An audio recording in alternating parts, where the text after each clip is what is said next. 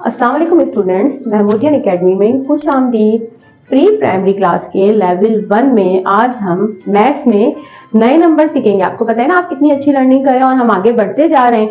तो जनाब अब हम 30 की लाइन हम कर चुके हैं और 30 में हम 35 तक पढ़ चुके हैं ना। आपको याद होगा 35 यानी 35 5 के बाद कौन सा नंबर आता है जनाब? 5 के बाद आता है 6।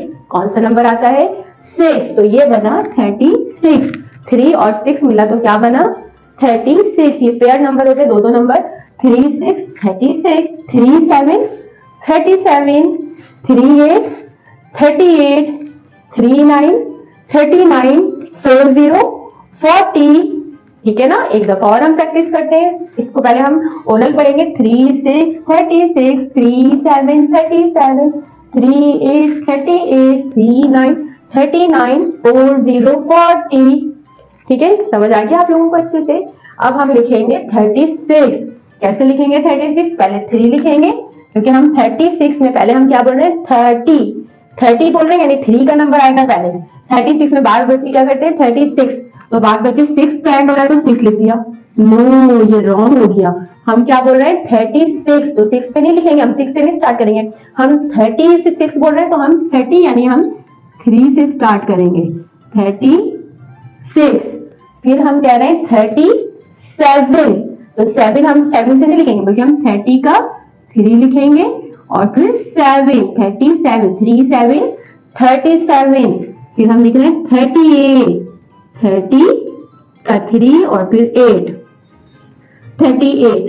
फिर हमने लिखा 33 और 9 39। फिर आया 4 0 40। लेकिन 39 के बाद नंबर चेंज हुआ और नंबर आ गया 4। 9 के बाद 10 आता है ना, तो 9 के बाद हम यहाँ पे भी देखिए 9 के बाद हमेशा 10 आता है। तो यहाँ पे 39 9 पे एंड होता है तो नंबर आता है न्यू नंबर। तो 30 के बाद किसकी लाइन शुरू हो जाती है? 40 की।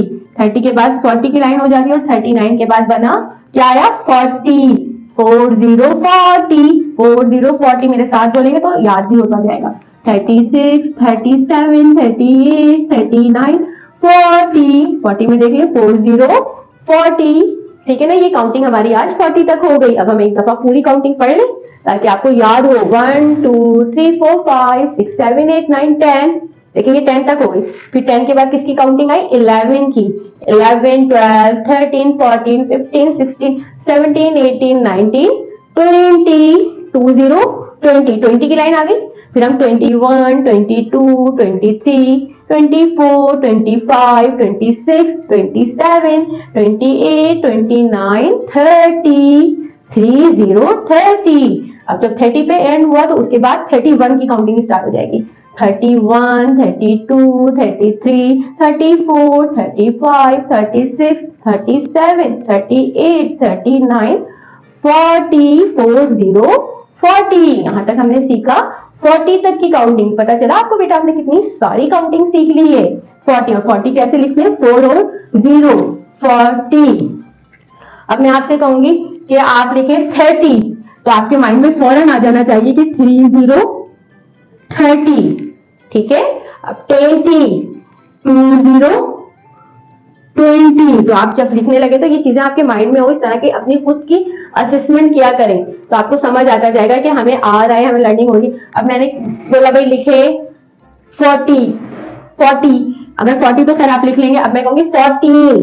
मैंने बोला 14 तो 14 और 40 का फर्क याद रखें। 40 में जो है 40 बोलेंगे और 14 एंड की आवाज आएगी तो इसमें आएगा 1 4 14 और ये है 40। ठीक है। 40 स्टैंड हो गया और 14 एंड हो रहा है इसका। ठीक है ना। तो ये डिफरेंस याद रखिएगा। अच्छा जी, आपको ये काउंटिंग अच्छे से समझ आ भी गई होगी, आपने सीख भी ली है। लेकिन आपको पता है ना आपको इसकी असेसमेंट भी करनी है, वर्कशीट प्रैक्टिस भी करनी है। और वर्कशीट प्रैक्टिस आपको कहाँ से मिलेगी?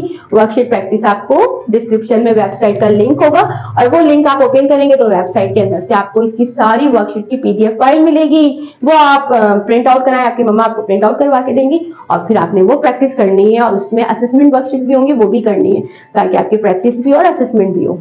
लेकिन आपने याद करना है बार बार, ऐसे नहीं कि आप भूल जाए बस आपने वीडियो देखी और छोड़ दिया। नहीं, आपने पढ़ना भी है। अपनी जाहिर सी बात है जब आप अभी पढ़ोगे तो आप अच्छे आगे बढ़ोगे। जाहिर सी बात है, हम सीखते हैं, नई नई चीजें जानते हैं, तो अभी तो हमारी बिल्कुल अर्ली एज है, स्टार्टिंग एज है ना आपकी अभी।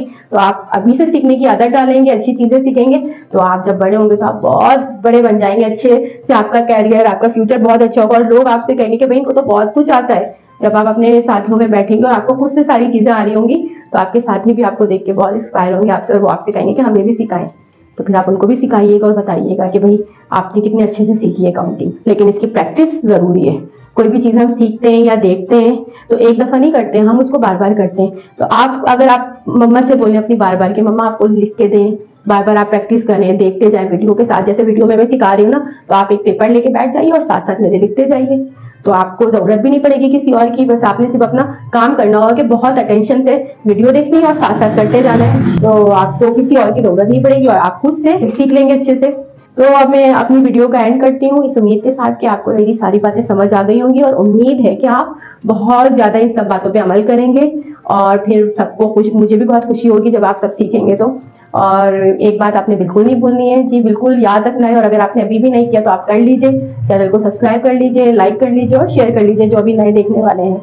और जब हम कोई अच्छी चीज देखते हैं तो हम अच्छी चीज को फैलाते हैं, तो आप दूसरों को भी बताएं ताकि उनको भी अच्छे से फायदा हो, बच्चे घर बैठे अच्छी सी स्कूल लर्निंग सीख लें, उनको समझ आती जाए कि हम कहाँ मिस्टेक कर रहे हैं, तो उनकी मिस्टेक्स भी दूर होती जाएंगी। तो दूसरों को भी सिखाएं, सिखाई जा रही होता है अच्छी चीज फैलाना। अब मैं इसके साथ ही इजाजत चाहूंगी, लेकिन आपने बिल्कुल नहीं भूलना है सारी बातों का, और इसके साथ ही अपना बहुत सारा ख्याल रखना है। अल्लाह हाफिज।